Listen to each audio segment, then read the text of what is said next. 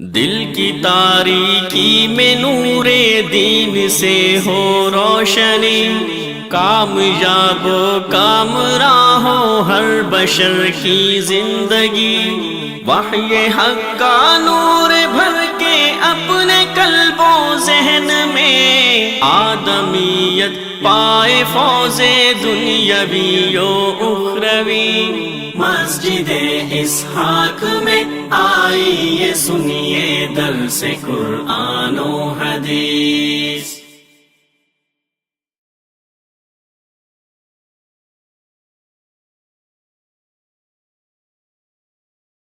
السلام علیکم ورحمۃ اللہ وبرکاتہ۔ ان الحمد للہ نحمده ونستعینه ونستغفره ونعوذ باللہ من شرور انفسنا ومن سیئات اعمالنا، من يهده اللہ فلا مضل له ومن يضلل فلا هادی له، واشهد ان لا الہ الا اللہ وحدہ لا شریک له، واشهد ان محمدا عبدہ ورسولہ۔ اما بعد فإن خير الحديث كتاب الله وخير الهدي هدي محمد صلى الله عليه وسلم، وشر الأمور محدثاتها وكل محدثة بدعة وكل بدعة ضلالة وكل ضلالة في النار۔ رب اشرح لي صدري ويسر لي أمري واحلل عقدة من لساني يفقهوا قولي۔ أعوذ بالله السميع العليم من الشيطان الرجيم، بسم الله الرحمن الرحيم۔ لقد كان لكم في رسول الله أسوة حسنة لمن كان يرجو الله واليوم الآخر وذكر الله كثيرا۔ حضرات محترم، اللہ مالک نے انسانوں کی ہدایت اور رہنمائی کے لیے 1,24,000 انبیاء کو مبعوث فرمایا۔ ان میں 310 ایسے تھے جنہیں اللہ نے کتابیں یا صحیفے عطا کیے۔ اس ساری کوشش اور جد و جہد کا مقصد ایک ہی تھا کہ جب اللہ نے آدم علیہ السلام کو دنیا میں بھیجا، جنت سے نکالا گیا، تو اس وقت یہ بات کہی تھی، فَإِمَّا يَأْتِيَنَّكُم مِّنِّي هُدًى فَمَنِ اتَّبَعَ هُدَايَ فَلَا يَضِلُّ وَلَا يَشْقَىٰ۔ اب تمہیں دنیا میں جانا ہے اور ایک وقت گزارنا ہے، اور یہ یاد رکھیں یہ وقت آزمائش اور امتحان کا ہے، اور اس میں ہدایت میری طرف سے آئے گی۔ جو میری ہدایت کو قبول کرے گا، اس طریقے کے مطابق اپنی زندگی بسر کرے گا، فلا یضل ولا یشقیٰ، نہ بدبختی اس کا مقدر بنے گی، نہ وہ گمراہی میں مبتلا ہوگا۔ اب اللہ کی ہدایت ہی ایک ایسی چیز ہے جو انسان کو گمراہی یا بدبختی سے بچا سکتی ہے۔ یہ سلسلہ آدم علیہ السلام سے چلتا رہا، اور اس کا اختتام جناب محمد الرسول اللہ صلی اللہ علیہ وسلم پر ہوا۔ اللہ نے اپنی آخری کتاب قرآن عزیز جناب محمد الرسول اللہ پہ نازل کی۔ اللہ کا قرآن کا نازل کرنا دوسری کتابوں سے یکسر مختلف تھا۔ پہلے نبیوں کو صحیفہ کتاب پوری کی پوری دے دی جاتی اور کہا جاتا کہ اسے مضبوطی سے پکڑ لو، اسے یاد کرو، اس کے مطابق زندگی بسر کرو۔ لیکن امت محمد الرسول اللہ صلی اللہ علیہ وسلم پر اللہ نے یہ احسان فرمایا کہ اللہ نے ہمیں کتاب یکمشت نہیں دی، بلکہ یہ نجمن آہستہ آہستہ 23 سال کے اندر یہ کتاب نازل ہوتی رہی۔ یہ صرف کتاب نازل نہیں ہوئی، بلکہ جس پاک پیغمبر پر اللہ نے یہ کتاب نازل کی تھی، انہوں نے ایک ایک حکم، ایک ایک لفظ پہ عمل کر کے دنیا کو دکھلایا کہ اللہ نے جو تمہاری ہدایت کے لیے کتاب نازل کی ہے اس پہ عمل اس طرح کرنا ہے، اور وہ جو عمل ہے اسے ہم سنت کہتے ہیں، رسول اللہ صلی اللہ علیہ وسلم کا طریقہ کہتے ہیں۔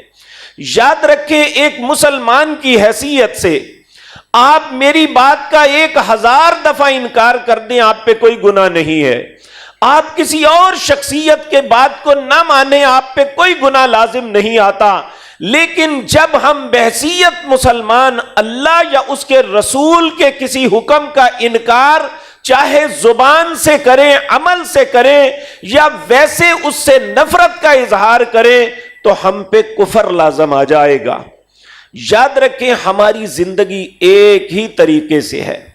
اللہ رب العزت سورۃ انفال کے اندر فرماتے ہیں، یا ایھا الذین آمنو، اے لوگوں جو ایمان کے دعوے دار ہو، استجیبوا للہ وللرسول اذا دعاکم، جب بھی اللہ یا اس کا رسول تمہیں کسی بات کی طرف بلاتے ہیں، تمہیں کوئی حکم دیتے ہیں، تمہیں کوئی طریقہ سکھلاتے ہیں، اسے فوراً قبول کر لو۔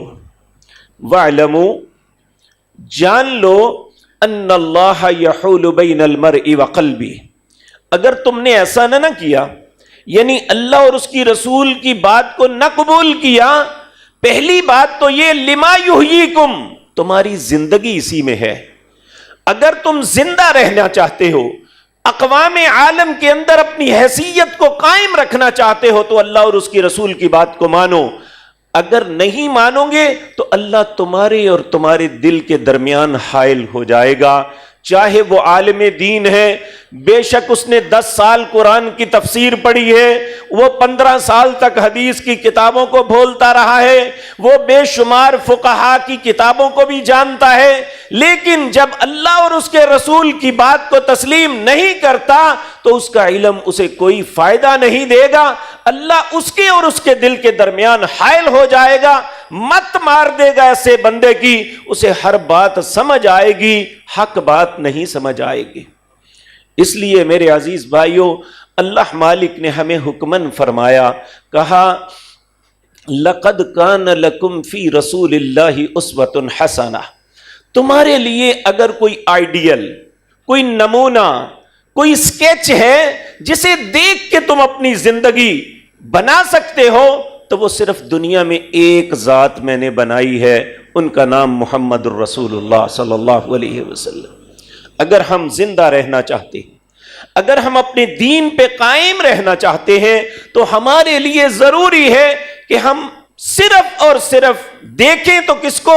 رسول اللہ صلی اللہ علیہ وسلم کو، کہ آپ نے دن کیسے گزارا، رات کیسے گزاری، عبادت کیسے کی، معاملات کیسے کیے۔ اگر ایسا ان کے مطابق کریں گے تو اللہ کی نظروں میں دنیا اور آخرت کی سعادت اور کامیابی ہمارا مقدر بنے گی۔ تو اگر خدا نخواستہ ہم نے اپنا اختیار استعمال کیا، ان کی بات کو تسلیم نہ کیا، تو اللہ ہمارے ایمان سے انکار کر دیں گے۔ اللہ فرماتے ہیں وَمَا كَانَ لِمُؤْمِنٍ وَلَا مُؤْمِنَةٍ إِذَا قَضَى اللَّهُ وَرَسُولُهُ أَمْرًا أَن يَكُونَ لَهُمُ الْخِيَرَةُ، کوئی بندہ اپنے آپ کو ایماندار نہیں کہہ سکتا، نہیں ہو سکتا، وہ مرد ہے یا عورت، اگر اللہ اور اس کے رسول کا فیصلہ آ جائے تو وہ اپنا اختیار استعمال کرے کہ نہیں ایسا بھی ہو سکتا ہے۔ یہ اختیار نہیں ہے انسان کو۔ اور یاد رکھیں، اللہ اور اس کے رسول کے مقابلے میں دوسرا رستہ اختیار کرنا، اللہ اس بات پہ اتنا ناراض ہوتے ہیں، اللہ فرماتے ہیں فَلْيَحْذَرِ الَّذِينَ يُخَالِفُونَ عَنْ أَمْرِهِ أَن تُصِيبَهُمْ فِتْنَةٌ أَوْ يُصِيبَهُمْ عَذَابٌ أَلِيمٌ۔ تمہیں ہمیشہ زندگی میں ایک بات یاد رکھنی ہے، کبھی بھی اللہ اور اس کے رسول کی بات کی مخالفت نہیں کرنی۔ فَلْيَحْذَرِ الَّذِينَ اللہ سے ڈرنا چاہیے اس بات پہ کہ اللہ کے رسول کی مخالفت کریں، ان کی کسی بات کی، کسی عمل کی۔ کیا ہوگا اگر ایسا کریں گے؟ ان تصیبہم فتنۃ او یصیبہم عذاب علیم، یا تو اللہ فتنوں میں ڈال دے گا یا دردناک عذاب میں مبتلا کر دے گا۔ اس لیے ہماری زندگی، ہمارے لیے خیر کا رستہ یہی ہے کہ ہم اپنی زندگی کا ہر معاملہ دیکھیں کہ رسول اللہ نے کیسے کیا صلی اللہ علیہ وسلم. ہماری زندگی ہم پہ آسان ہو جائے گی. دیکھیں ہم لوگ جتنے بھی ہیں وہ کسی بھی مسلک سے تعلق رکھتے ہیں، ہر شخص کی زبان پہ ایک لفظ ہے کہ میں رسول اللہ سے محبت کرتا ہوں. کیا ہے یا نہیں ہے؟ ہر شخص یہ بات کہتا ہے.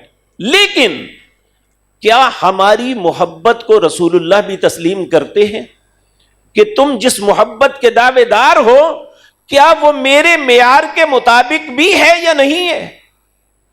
ہم پوچھتے ہیں اللہ کے پیارے حبیب صلی اللہ علیہ وسلم، آپ کا محبت کا معیار کیا ہے کہ ہمیں پتہ چل جائے کہ آپ اس بات کو محبت تسلیم فرماتے ہیں؟ تو نبی مکرم صلی اللہ علیہ وسلم ارشاد فرماتے ہیں، من احب سنتی فقد احبنی ومن احبنی کان معی فی الجنہ. جس نے میرے طریقے سے، میری سنت سے، جو میں کرتا ہوں اسی طریقے کو اپنایا اور اس سے پیار کیا، حقیقتاً اس نے مجھ سے پیار کیا. اور جس نے مجھ سے پیار کیا وہ سمجھ لے وہ جنت میں میرے ساتھ جائے گا.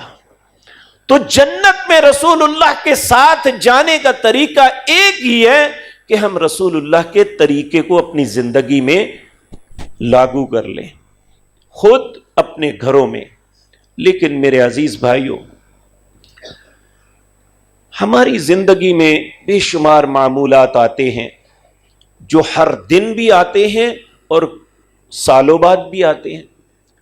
لیکن بدنصیبی یہ ہے کہ ہم بے شمار ایسے اعمال جو روزانہ کرتے ہیں اور ان اعمال کو نیکی سمجھ کے کرتے ہیں، لیکن غلطی سے، لا علمی کی وجہ سے یا شیطان کے بہکاوے میں ہم رسول اللہ کے طریقے کو نہیں اپناتے. ان میں سب سے پہلے اسلام میں سب سے اولین جو چیز ہے وہ طہارت ہے. اگر طہارت نہیں ہے تو وہ شخص اسلام کے اندر اس کی کوئی حیثیت نہیں. طہارت کیا ہے؟ انسان کا لباس پاک ہو، اس کا جسم پاک ہو، اس کا دل پاک ہو، اس کی ذہن کی سوچیں صاف ہوں. اسلام سب سے زیادہ جس بات پہ زور دیتا ہے، جسے نصف ایمان کہتا ہے، وہ طہارت ہے. نبی مکرم صلی اللہ علیہ وسلم نے فرمایا الطہور شطر الایمان، آدھا ایمان ہی طہارت ہے، پاکیزگی ہے، نظافت ہے. کیوں؟ اللہ نظیف، اللہ سب سے خوبصورت ہے، سب سے پاک ہے، اور وہ پاکیزگی کو، خوبصورتی کو، صاف ستھرائی چیز کو پسند کرتا ہے. اس لیے مسلمان کے لیے سب سے پہلی بات یہ ہے، اگر ایک غیر مسلمان ہونا چاہتا ہے، اسے فوراً کلمہ نہیں پڑھایا جاتا، اسے فوراً کہا جاتا ہے پہلے اپنے جسم کو دھو لو، صاف کرو، پاک کرو اسے، اس کے بعد تیرے منہ میں یہ کلمہ ڈالا جائے گا، پھر تم اسلام میں داخل ہونا. اگر تم پاکیزہ نہیں ہو تو اسلام میں داخل ہونا بے مقصد ہے. تو ایک مسلمان کی حیثیت سے ہماری زندگی کی اولین ترجیح جس بات پہ ہونی چاہیے وہ پاکیزگی ہے. لیکن میرے پیارے بھائیوں، بدقسمتی سے خصوصاً جس معاشرے میں ہم رہتے ہیں، ہم کسی بھی مسلمان کو کھڑا کر لیں، بے شک رمضان ہے، اللہ ماشاء اللہ چند لوگوں کے علاوہ، اسے کہیں بھائی آؤ نماز کے لیے آؤ، اس کا کیا جواب ہوگا؟ میرا لباس پاک نہیں ہے، یا میرا جسم پاک نہیں ہے.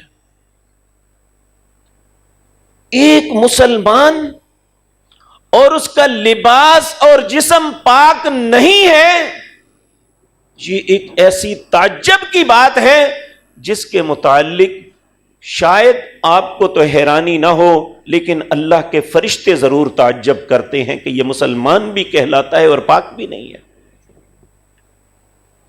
اور پھر جو لوگ پاکیزگی اختیار کرتے ہیں ان میں سنت کے معاملے میں کچھ غلطیاں ہوتی ہیں. دیکھیں اسلام اتنا خوبصورت مذہب ہے، اتنا انسان کو پاک اور صاف دیکھنا چاہتا ہے. دیکھیں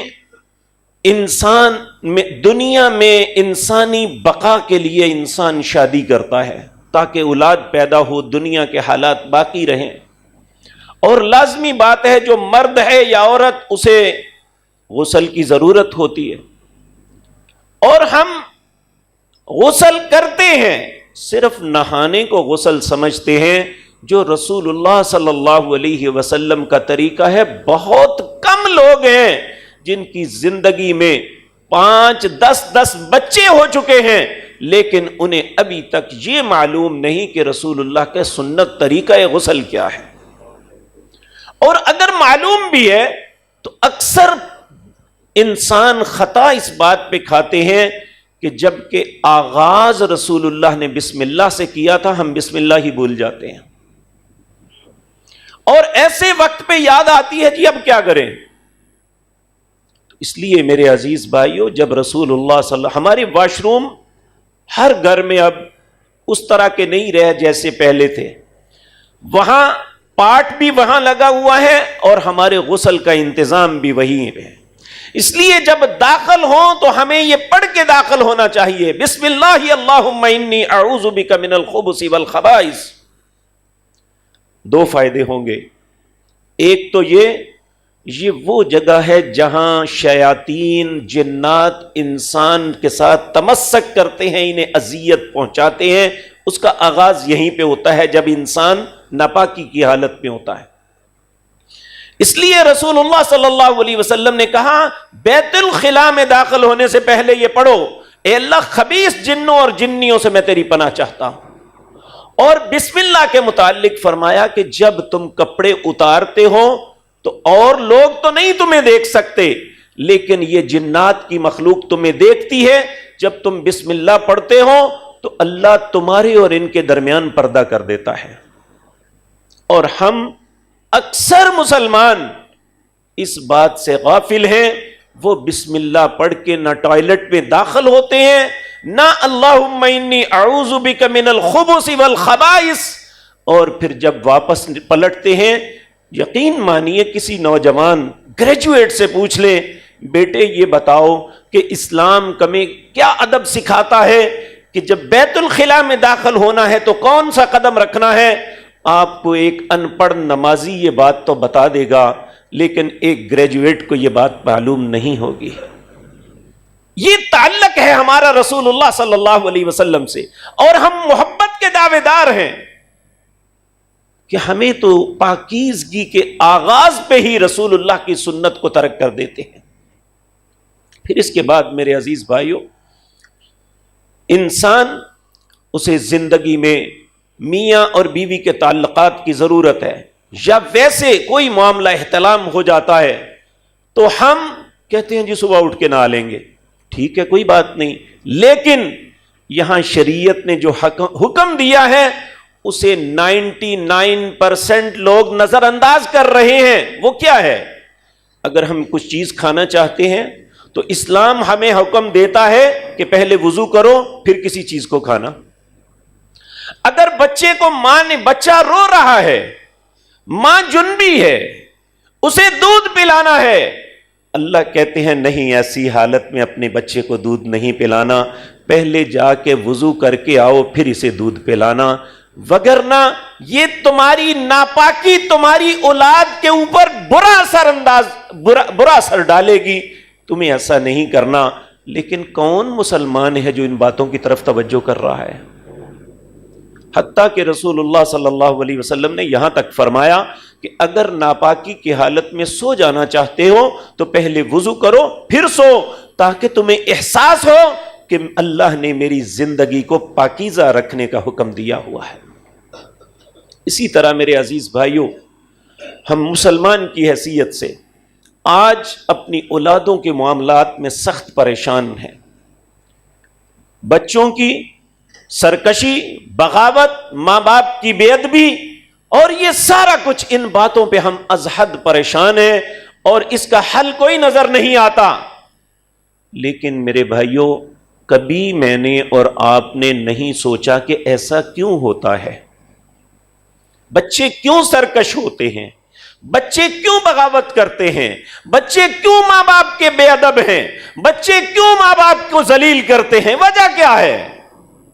تو میرے عزیز بھائیو، نبی مکرم صلی اللہ علیہ وسلم نے فرمایا، جب تم اولاد کے حصول کے لیے تعلق کو قائم کرو تو پہلے اللہ سے یہ دعا کرو، اللہم انی اعوذ بک من جنب الشیطان و جنب الشیطان ما رزقتنا، اے اللہ مجھے اپنی پناہ دے شیطان کی شرارتوں سے، اور جو اس کی وجہ سے رزق دے گا اسے بھی پناہ دینا۔ تو نبی مکرم صلی اللہ علیہ وسلم نے فرمایا، اگر اس ملاپ کی وجہ سے اللہ اولاد کو پیدا کر دیتا ہے تو وہ بچہ شیطان کے شر سے ہمیشہ محفوظ ہو جاتا ہے۔ تو ہم تو خود شیطان کے ہاتھ میں دیتے ہیں کہ جب ہم نے رسول اللہ کی سنت سے آغاز ہی نہیں کرنا۔ اسی طرح میرے عزیز بھائیوں، ہم نماز پڑھتے ہیں، میں اللہ کا واسطہ دے کے کہتا ہوں، آپ سب نے نماز سے پہلے وضو کیا؟ ہر مسلمان جانتا ہے کہ مفتاح الصلاۃ، نماز کی کنجی جو ہے جس سے نماز کا تالا کھلتا ہے، وہ وضو ہے۔ کتنے لوگ ہیں جنہوں نے بسم اللہ پڑھ کے وضو کیا ہے؟ ٹھیک ہے، کچھ نے کیا ہوگا، میں یہ نہیں کہتا کہ ہاتھ کھڑے کر کے مجھے بتاؤ، اپنے دل سے پوچھو۔ میں یہ نہیں کہتا کہ ہم نادانستہ جلدی میں یہ غلطی کر جاتے ہیں، جبکہ رسول اللہ صلی اللہ علیہ وسلم نے فرمایا، جس وضو کا آغاز بسم اللہ سے نہیں وہ تو وضو ہے ہی نہیں۔ جب وضو نہیں تو نماز کی کیا حیثیت ہوگی؟ آپ دیکھیں، چھوٹی سی بات بگاڑ کتنا ہے۔ کیوں ہے؟ اس لیے کہ رسول اللہ کی مخالفت ہو گئی ہم سے۔ آپ نے جو فرمایا تھا ہم وہ نہیں کر سکے، دل میں سرکشی بھی نہیں ہے، لیکن بھول گئے، بھولنے کی وجہ سے کہاں پہنچ گئے کہ محنت بھی کی، اپنے دل میں زوم بھی ہے کہ ہم اچھا کام نماز پڑھ کے آئے ہیں جی، لیکن جب اس کی کنجی کے دندانے ہی نہیں تھے تو نماز کے تالا کیسے کھلے گا؟ تو اسی طرح میرے عزیز بھائیوں، یہ وہ باتیں ہیں، چھوٹی چھوٹی باتیں۔ ممکن ہے بعض اچھے صاحب علم لوگ کہیں کہ یہ کون سی بچوں والی باتیں لے کے بیٹھ گیا ہے، لیکن حقیقت بات یہ ہے کہ یہ ہمارے معاشرتی المیے ہیں، ایسی غلطیاں ہم سے ہو رہی ہیں۔ اسی طرح میرے عزیز بھائی، اذان کی آواز دن میں کئی مرتبہ سنتے ہیں۔ اب رسول اللہ کا حکم کیا ہے کہ جب مؤذن کی ندا سنو، جو وہ کہتا ہے وہ تم کہو۔ ہم ساری اذان سنتے ہیں، جب وہ اشہد ان محمد الرسول اللہ کہتا ہے تو صلی اللہ علیہ وسلم کہہ کے کہتے ہیں ہم نے اذان کا حق ادا کر دیا۔ اس میں کوئی شک نہیں کہ رسول اللہ صلی اللہ علیہ وسلم کا نام آئے تو درود پڑھنا واجب ہے، لیکن جہاں رسول اللہ نے جو بتایا ہے ہمیں وہ تو سوچنا چاہیے۔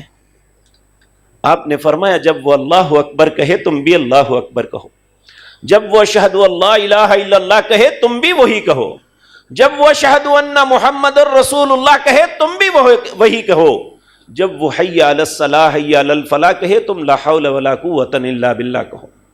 اور بعض لوگ لا علمی کی وجہ سے اگر ایسا ان کے سامنے کیا جائے کہتے ہیں جی اذان ہو رہی ہے تو شیطان علی دعا پڑھنے پہ، حالانکہ لا حول کا مطلب پتہ کیا ہے؟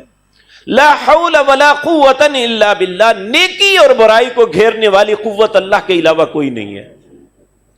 تو اب اذان کے ہمیں ندا دی جا رہی ہے، ہم اللہ شیطان سے پناہ مانگتے ہیں کہ اے اللہ تو اپنی پناہ میں لے لے کہ ہم وہاں تک پہنچ جائیں۔ کیوں؟ نبی صلی اللہ علیہ وسلم نے فرمایا جب انسان کو اذان کی ندا آتی ہے تو اس وقت ایک شیطان ہے جس کا نام خنزب ہے، یہ ابن آدم کو نماز سے روکتا ہے، اسے مختلف کاموں میں الجھانے کی کوشش کرتا ہے، فلاں کام فلاں کام فلاں کام، یہ کر لو یہ وہ کر لو۔ پھر بھی کچھ خوش نصیب ایسے ہیں جو اس کی باتوں کو رد کر کے، اس کی سوچوں کو بلڈوز کر کے اللہ کے گھر میں آ جاتے ہیں، وضو کرتے ہیں۔ اسے بڑا دکھ ہوتا ہے جب انسان نماز کے لیے کھڑا ہوتا ہے تو یہ نبی صلی اللہ علیہ وسلم فرماتے ہیں قسم اٹھاتا ہے کہ مجھے اللہ کی قسم ہے میں نے تمہیں نماز سے روکا تو نہیں رکا، تو نماز کے لیے آ گیا، میں نماز کا اب کچھ حصہ تجھ سے چھین لوں گا۔ نبی کریم سے پوچھا گیا یا رسول اللہ کیسے چھینیں گا جی؟ آپ نے فرمایا وہ فوراً تمہارے اللہ اکبر کہہ کہ تم کھڑے ہو یہ ذہن میں خیال ڈالے گا فہی قضا، وہ فلاں بات، فہی قضا، وہ فلاں دیکھو کون آیا، یا فلاں معاملہ کیسے ہوا۔ بلکہ ایک صحابی نے تو رسول اللہ سے عرض کیا یا رسول اللہ جب میں نماز پڑھتا ہوں تو انتہائی غلیظ خیال آتے ہیں، اور حقیقت ہے آپ جو کبھی عام زندگی میں بات ذہن میں نہیں نہ آئی، بعض اوقات نماز میں وہ خیال آ جاتے ہیں جو انسان کی سوچ اور ضرورت بھی نہیں ہوتی۔ تو ایسے حالات میں سنت کیا ہے؟ ہمارے ٹیلی ویژن پروگرامز میں ہمارے علماء اس بات کا تماشا بناتے ہیں، اللہ انہیں ہدایت دے، کہ جو جی خیال تو آنا ہی ہے ایسے، یعنی رسول اللہ سے اتنی دوری اور ٹھیکیداری محبت کی ہے، جبکہ رسول اللہ صلی اللہ علیہ وسلم نے فرمایا جب تمہیں شیطان گدگدائے فاستعذ باللہ، فوراً اللہ سے پناہ طلب کرو۔ آپ نے فرمایا اسی حالت میں، وہ رکوع میں ہو، سجدے میں ہو، قیام میں ہو، کہو اعوذ باللہ من الشیطان الرجیم من حمزہ ونفخہ ونفثہ، اور اپنے دل کے اوپر حقارت کے ساتھ ایسے کرو۔ صحابی کہتا ہے جب میں نے ایسا کیا تو مجھے خیال آنے بند ہو گئے۔ اسی طرح میرے عزیز بھائیوں، عمومی طور پہ ہم پہ یہ طعنہ زنی ہے کہ یہ دیکھیں نماز پڑھتے ہیں دعا نہیں مانگتے۔ میرے عزیز بھائیوں، جتنی دعائیں الحمدللہ ہم مانگتے ہیں کوئی بھی نہیں مانگتا۔ آپ دیکھیں، آپ نماز کا آغاز کرتے ہیں، جاؤ دنیا کے سارے مسالک کے لوگوں کے پاس، حتیٰ کہ علماء کو نہیں پتا ہوگا۔ سیدنا ابو ہریرہ نے رسول اللہ سے پوچھا صلی اللہ علیہ وسلم، اے میرے نبی آپ جب نماز شروع کرتے ہیں قرات کے آغاز سے پہلے کچھ سرگوشی کرتے ہیں، میرے ماں باپ قربان جائیں، آپ کیا کہتے ہیں؟ آپ یہ ہماری نماز کا آغاز ہی دعا سے ہوتا ہے، اللہ اکبر، اللہم باعد بینی وبین خطایایا، اے اللہ مجھے میرے گناہوں سے اتنا دور کر دے، کما باعدت بین المشرق والمغرب، جتنا مشرق مغرب سے دور ہے۔ اللہم نقنی من الخطایا، اے اللہ میرے گناہوں کو دھو ڈال، کما ینقی الثوب الابیض من الدنس، جس طرح دھوبی سفید کپڑے کو دھوتا ہے اس طرح میرے گناہوں کو دھو ڈال۔ اللہم اغسل خطایا بالماء والثلج والبرد، میرے گناہوں کو اس دھو ڈال پانی سے، برف سے، اولوں سے۔ اس زمانے میں صرف یا صابن نہیں ہوتا تھا، برف یا اولوں سے داغ دبوں کو صاف کیا جاتا تھا۔ تو ہماری نماز کا آغاز یہ ہے، اور الحمدللہ جسے نماز کا نصف کہا، ہماری نماز کا وہ حصہ ہے، ہم فرض سمجھتے ہیں۔ پیارے نبی جناب محمد الرسول اللہ صلی اللہ علیہ وسلم نے فرمایا قسمت الصلاۃ بینی و بین عبدی، میں نے اپنے اور بندے کے درمیان نماز کو تقسیم کیا ہوا ہے۔ اذا قال العبد الحمد للہ رب العالمین فقال اللہ عز وجل حمدنی عبدی، جب بندہ ہاتھ باندھ کے کہتا ہے تمام تعریفیں اللہ کے لیے ہیں جو دونوں جہانوں کا رب ہے، اللہ آگے سے جواب دیتے ہیں حمدنی عبدی، میرا بندہ میری تعریف کر رہا ہے۔ جب بندہ کہتا ہے الرحمن الرحیم، اے اللہ تو رحمان و رحیم ہے، اللہ آگے سے جواب دیتے ہیں اثنا علی عبدی، میرے بندے نے میری ثنا بیان کی ہے۔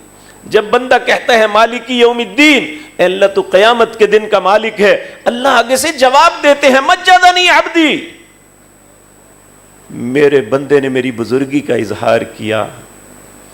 میرے عزیز بھائیو، جب بندہ کہتا ہے ایاک نعبد و ایاک نستعین، اے اللہ میں صرف تیری عبادت کرتا ہوں، میں تمہیں یقین دلاتا ہوں مدد صرف تجھ سے چاہتا ہوں، اللہ اتنا خوش ہوتے ہیں، کہتے ہیں ھذا بینی و بین عبدی نصفین، یہ میرے اور بندے کے درمیان آدھی آدھی بات تھی. میرا بندہ بات کرتا تھا, میں اس کی بات کا جواب دیتا تھا. اب بندے کو اللہ خود کہتے ہیں تم مانگ مجھ سے, کیا مانگتا ہے تمہیں عطا کرو. انسان پھر کیا مانگتا ہے؟ اللہ ساری چیزیں مل جائیں, اللہ ہدایت کا رستہ عطا کر دے. اہدنا الصراط المستقیم صراط الذین انعمت علیہم. اللہ پتہ ہے کون سا رستہ مانگتا ہوں میں؟ وہ رستہ مانگتا ہوں جس پہ چل کے لوگ آئے تو نے انہیں انعامات سے نوازا. مجھے وہ رستے نہیں چاہیے جس پہ چل کے آئیں تیرے غضب کا شکار ہوئے یا تو نے کہا جاؤ تم گمراہ ہو. اور پھر پیارے نبی صلی اللہ علیہ وسلم نے فرمایا اذا قال الامام غیر المغضوب علیہم ولا الضالین, جب تمہارا امام غیر المغضوب علیہم ولا الضالین کہے فقولوا آمین, تم آمین کہنا تو کیا ہوگا؟ غفر لہ ما تقدم من ذنبی, میں تمہاری ساری زندگی کی خطاؤں کو معاف کر دوں گا. یہ دعائیں نہیں ہیں. پھر میرے بھائیوں, دنیا اور آخرت کی ہر بھلائی ہم رکوع جاتے ہیں. عمومی طور پہ مسلمانوں کو یہی پتا ہے کہ صرف سبحان ربی العظیم, حالانکہ اللہ کے رسول کی اور بھی باتیں ہیں جو آپ رکوع میں کہتے ہیں. سبحان ذی الجبروت والملکوت والکبریاء والعظمت سبحانک اللہم ربنا وبحمدک اللہم اغفر لی. سبحانک اللہم ربنا, پاک ہے تو اے میرے رب, تو ہی میرا اللہ ہے. وبحمدک, تعریف تیرے لیے ہے. اللہم اغفر لی, اللہ مجھے معاف کر دے. پھر انسان اللہ کے سامنے عاجزی کا اظہار کرتا ہے. یہ رسول اللہ کی سنت ہے. اللہم لک رکعت وبک آمنت ولک اسلمت خشع لک سمعی وبصری ومخی وعظمی وعصبی وما استقلت بہ قدمی. اے اللہ میں نے تیرے لیے رکوع کیا, وبک آمنت, تو تجھ پہ ایمان لاتا ہوں, ولک اسلمت, تو تیرا فرمانبردار ہوں, ولک اسلمت خشع لک سمعی, میرے کان بھی تجھ سے ڈرتے ہیں, وبصری, میری آنکھیں بھی تجھ سے ڈرتی ہیں, خیانت نہیں کرتی, ومخی, میری ہڈیوں کے اندر جو میرا دماغ,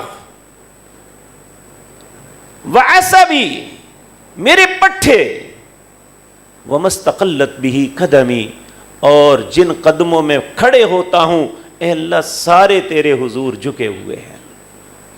کیا یہ دعائیں نہیں ہیں؟ کون کرتا ہے؟ رکوع سے اٹھتے ہیں ہم اللہ کی تعریف کرتے ہیں, ربنا ولک الحمد حمدا کثیرا طیبا مبارکا. جب پہلی مرتبہ کسی نے پڑھا تھا 32 فرشتے تھے جو ان کلمات کو لے کے اللہ کے پاس جا رہے تھے. رسول اللہ صلی اللہ علیہ وسلم نے فرمایا ہم اٹھتے ہیں تو دھڑم نیچے, پھر سجدے کے اندر رسول اللہ صلی اللہ علیہ وسلم نے فرمایا ایک بڑی خوبصورت, بے شمار دعائیں ہیں, ان میں ایک اللہم اغفر لنا ذنوبنا کلہا دقہا وجلہا اولہا وآخرہا سرہا وعلانیہ. نبی صلی اللہ علیہ وسلم نے فرمایا یہ سجدے کے اندر اتنی خوبصورت دعا ہے اللہ کبیرہ گناہوں کو بھی معاف کر دیتے ہیں. پھر ہم 2 سجدوں کے درمیان بیٹھتے ہیں, رسول اللہ نے کہا کہو اللہ سے اللہم اغفر لی, اللہ مجھے معاف کر دے, ورحمنی, اللہ مجھ پہ رحم کر دے, وجبرنی, اللہ میرے نقصان کا ازالہ کر دے, ورزقنی, اللہ مجھے رزق دے دے, ورفعنی, اللہ مجھے ذلتوں سے بچانا, مجھے بلند کرنا. یہ دعا نہیں ہے؟ پھر التحیات میں رسول اللہ صلی اللہ علیہ وسلم آپ جب التحیات بیٹھتے, یہ کتنا وقت ہوتا ہے مولانا؟ 30 منٹ, ٹھیک ہے.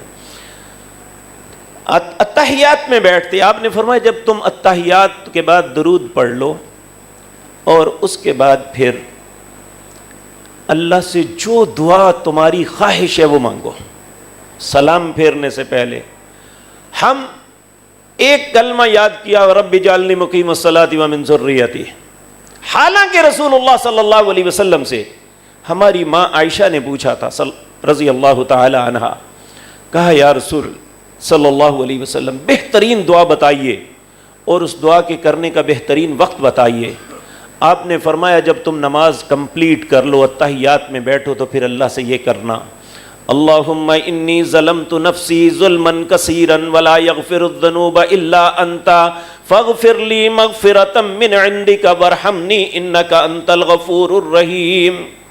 اے اللہ میں نے اپنی جان پہ ظلم کیا ہے، اللہم انی ظلمت نفسی ظلما کثیرا، بہت زیادہ ظلم کر بیٹھا ہوں، ولا یغفر الذنوب الا انت، تیری ذات کے علاوہ مجھے کوئی نہیں معاف کر سکتا، فاغفر لی، مجھے معاف کر دینا، مغفرۃ من عندک، معافی تو صرف تجھ سے مل سکتی، انک انت الغفور الرحیم، بے شک تو بخشنے والا مہربان ہے۔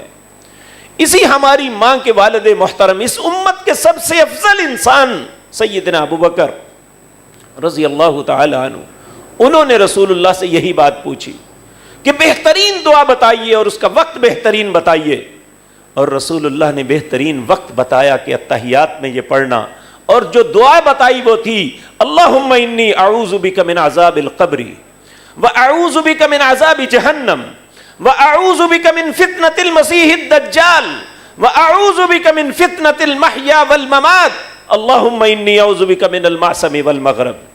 اے اللہ میں تیری پناہ چاہتا ہوں عذاب قبر سے، اے اللہ جہنم کے عذاب سے تیری پناہ چاہتا ہوں، وَأَعُوذُ بِكَ مِن فِتْنَةِ الْمَسِيحِ الدَّجَّالِ، اس امت میں سب سے بڑا فتنہ جو دجال کا آنے والا ہے، اللہ مسیح اور دجال کے فتنے سے تیری پناہ چاہتا ہوں، زندگی اور موت کے فتنے سے تیری پناہ چاہتا ہوں، قرض اور گناہوں سے تیری پناہ چاہتا ہوں۔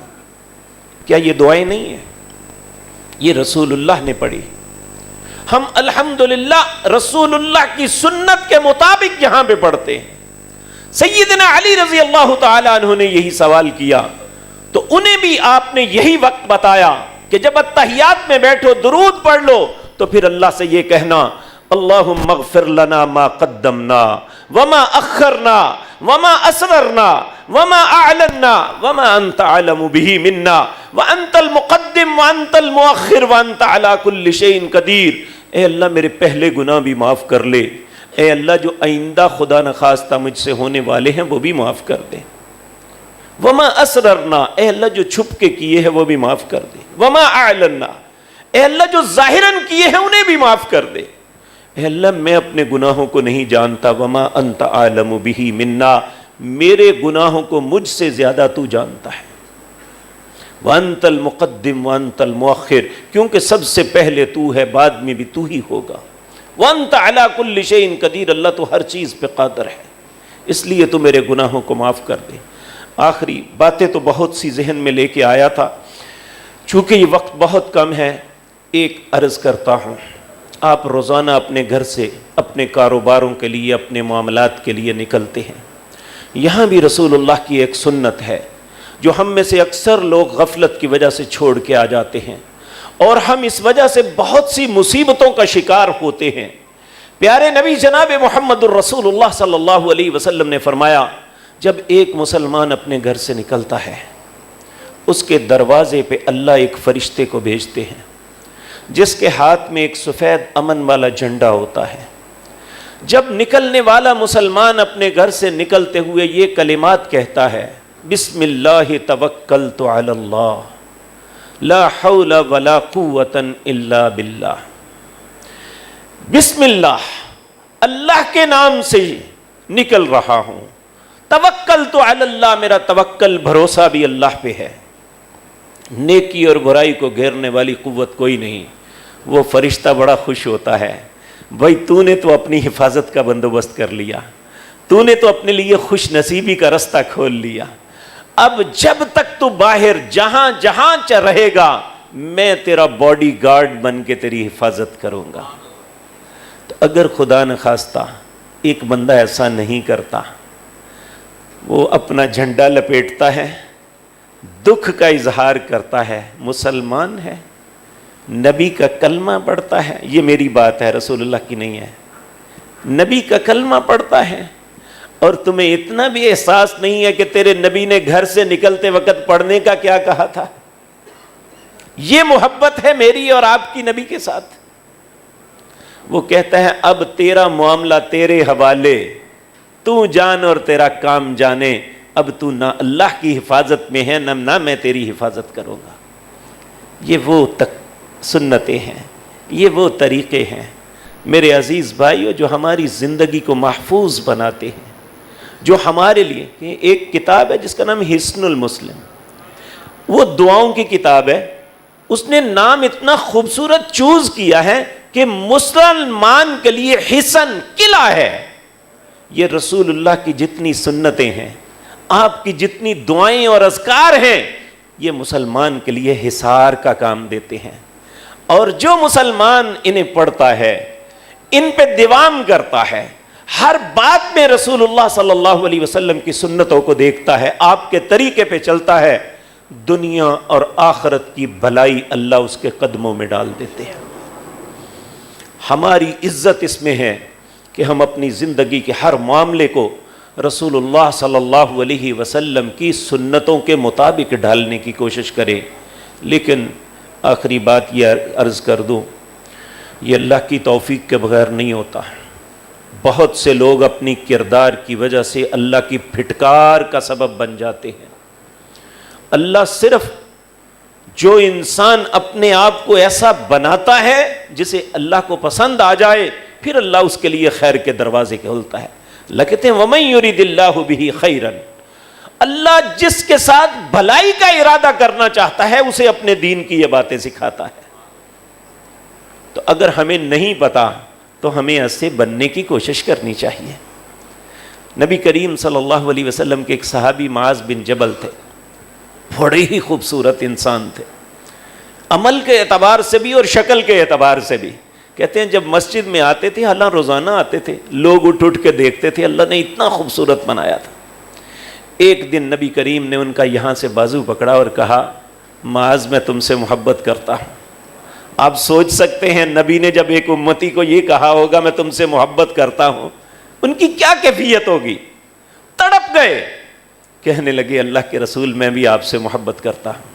آپ نے فرمایا اگر تمہیں مجھ سے محبت ہے تو فی کل دبر الصلاۃ، اپنی ہر نماز کے بعد اللہ سے یہ التجا ضرور کرنا، کیا ربی اعنی علی ذکرک و شکرک و حسن عبادتک.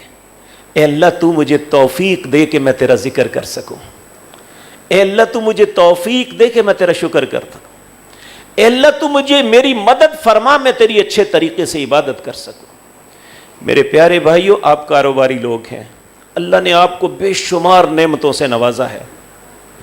اس کائنات کے اندر سب سے زیادہ نعمتیں جسے ملی تھی وہ سیدنا سلیمان علیہ السلام تھے. جب باپ کو بھی بادشاہت، بیٹے کو بھی بادشاہت اور دنیا کی سب سے بہترین بادشاہت ملی تو اس کے جواب میں کیا ہوا تھا؟ اللہ کے سامنے ہاتھ باندھ کے کھڑے ہو گئے، کہنے لگے ربی اوزعنی ان اشکر نعمتک التی انعمت علی وعلی والدی. اے اللہ مجھے توفیق دے کہ میں ان نعمتوں کا شکر ادا کر سکوں جو تم نے مجھ پہ کی ہے اور میرے باپ پہ کی تھی. ان اشکر نعمتک التی انعمت علی وعلی والدی. اور کیسے شکر ہوتا ہے کہ وَأَنْ أَعْمَلَ صَالِحًا تَرْضَاهُ، میں ایسے کام کروں جس سے تو راضی ہو جائے. وَأَصْلِحْ لِي فِي ذُرِّيَّتِي، اب میں اپنے پہ ختم نہیں کرتا، اے اللہ میری اولاد کی بھی تو اصلاح کرنا. انی تبت الیک، میں تجھ سے معافی مانگتا ہوں. وانی من المسلمین، میں تمہیں یقین دلاتا ہوں میں ہمیشہ تیرا فرما بردار رہوں گا. تو یہ ایک بڑی خوبصورت بات ہے. اللہ نے آپ کو بے شمار نعمتوں سے نوازا ہے، آپ اللہ کا زیادہ سے زیادہ شکر ادا کریں. دیکھیں ایک سائیکل پہ گھر جاتا ہے، آپ خوبصورت گاڑی پہ، آپ وہ دونوں برابر نہیں ہونے چاہیے. آپ کی سواری فاسٹ ہے، اس لیے آپ کو جلدی پہنچنا چاہیے اپنی منزل پہ. اللہ نے آپ کو نعمتوں سے نوازا ہے اور آپ کی سواریاں فاسٹ ہیں، اس لیے آپ کو دوسروں سے زیادہ اللہ کی فرما برداری میں بڑھ چڑھ کے حصہ لینا چاہیے۔ اللہ رب العزت باتیں تو بہت سی کرنے کو دل چاہ رہا ہے، اللہ ہم سب کو توفیق عطا فرمائے، جب تک زندہ رکھے اپنے نبی سے محبت کرتے زندہ رکھے۔ اور اس سے نبی کے ساتھ محبت کی علامت کیا ہے کہ ہم ان کی سنتوں کو اپنی زندگی کے اندر خوبصورت رنگ بھر لیں، یہی ہماری دنیا کی بہتری ہے اور آخرت کی کامیابی ہے۔ اللہ یہ دونوں باتیں ہمارے نصیب میں کر دے۔ اقول قولی ھذا واستغفر اللہ۔